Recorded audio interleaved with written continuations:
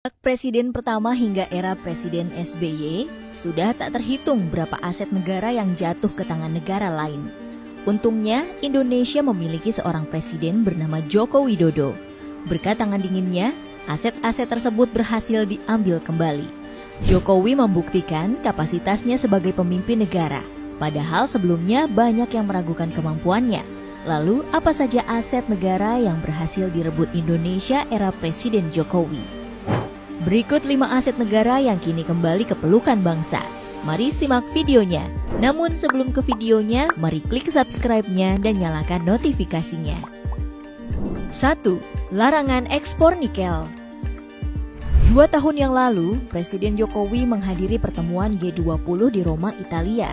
Di sana, ada perwakilan 16 negara yang rencananya akan menandatangani kerjasama rantai pasok global.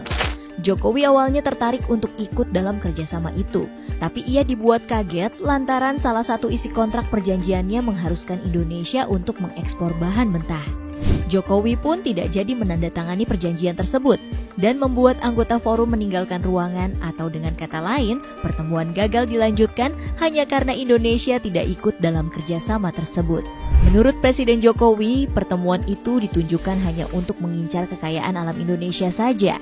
Menurutnya lagi, kalau terus mengekspor bahan mentah, kapan Indonesia bisa melakukan hilirisasi, dan ia ingin Indonesia jangan sampai dibodohi oleh negara lain dengan tidak menjadi pengekspor bahan mentah lagi. Lebih-lebih, ia berharap Indonesia bisa memproduksi bahan mentah sendiri menjadi barang yang lebih bernilai tinggi, seperti nikel yang kita tahu memiliki harga sangat fantastis di pasar dunia. 2. Akuisisi saham Freeport. Setelah 50 tahun dikuasai asing, pada tahun 2018, Presiden Jokowi sukses mengambil kembali tambang emas terbesar di dunia, Grasberg, Papua, dari Freeport-McMoRan, Amerika Serikat.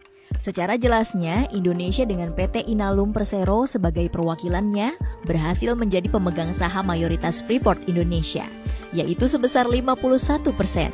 Keberhasilan Presiden Jokowi ini jelas sangat membanggakan, apalagi di era SBY, upaya akuisisi sempat dilakukan namun gagal di tengah jalan.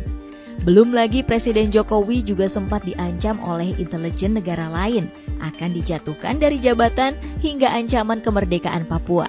Namun hal tersebut tak menggentarkan nyali seorang Jokowi sedikitpun. Hasilnya, kini 70% keuntungan Freeport Indonesia masuk ke kas negara. Padahal sebelumnya, Indonesia hanya mendapat 9% dari keuntungan PT Freeport Indonesia karena Indonesia memang dulu hanya punya 9% saham di PT Freeport. 3. Rebut kembali FIR. September 2022, Jokowi kembali menggebrak. Ia mengumumkan pengambil alihan kontrol ruang udara atau Flight Information Region atau FIR di atas Kepulauan Riau dan Natuna dari Singapura usai melakukan kesepakatan dengan Perdana Menteri Singapura Lee Hsien Loong. Secara otomatis, area FIR Indonesia yang dihandle Jakarta menjadi semakin luas hingga 249.575 km persegi. Menurut Menko Bidang Maritim dan Investasi Luhut Binsar Panjaitan, tujuan utama pengambil alihan FIR agar memperlihatkan bahwa Indonesia sebagai negara yang berdaulat dan bisa mengelola wilayahnya sendiri. Selain itu, Presiden Jokowi juga menyebut pengambil alihan FIR ini bisa menambah pendapatan negara, bukan pajak, untuk modernisasi peralatan navigasi penerbangan dan pengembangan SDM tanah air. 4. Pengambil alihan Blok Mahakam. Terletak di Kalimantan Timur, Blok Migas ini merupakan salah satu yang terbesar di Indonesia. Tak heran jika Presiden Jokowi begitu getol ingin mengambil kembali harta karun milik bangsa ini. Usaha pemerintah Indonesia ternyata tak sia-sia. Pada awal tahun 2018, Total Exploration and Production Indonesia atau TEPI asal Perancis dan Inpex Corporation dari Jepang yang berkuasa selama 50 tahun akhirnya menyerahkan pengelolaan Blok Mahakam ke tangan Pertamina.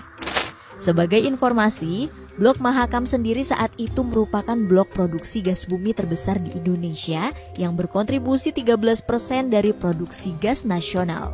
Sementara itu, dengan pengambil alihan ini secara ekonomi, jelas sangat berdampak positif bagi pendapatan negara. Adapun di sisi sosial, pengambil alihan ini membuktikan Indonesia bisa lepas dari jeratan negara lain yang selama ini mengeruk habis kekayaan alam Indonesia. 5. Kuasai Blok Rokan. Setelah mengakuisisi Blok Mahakam, di tahun 2018, Indonesia kembali merebut Blok Rokan yang merupakan blok penghasil migas terbesar di Indonesia. Blok Rokan akhirnya dikelola oleh Pertamina mulai tahun 2021 sampai 2041. Hal itu berkat proposal yang diajukan Pertamina kepada pemerintah Indonesia, lebih baik dari Chevron, perusahaan tambang Amerika Serikat. Chevron yang telah berkuasa di sini selama 50 tahun lamanya.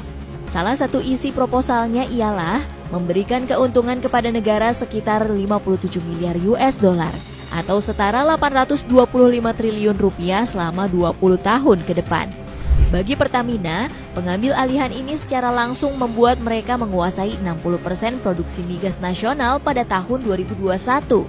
Di sisi lain, pengambil alihan kembali Blok Rokan ini bisa meningkatkan ketahanan energi nasional, efisiensi produksi migas, hingga menghemat devisa. Tak bisa disangkal, tanpa jasa Presiden Jokowi, mungkin aset tadi akan habis dimakan pihak asing. Di sisi lain, jika aset-aset di atas tadi sudah menjadi milik Indonesia sejak dulu kala, mungkin saat ini Indonesia sudah menjadi negara maju di dunia.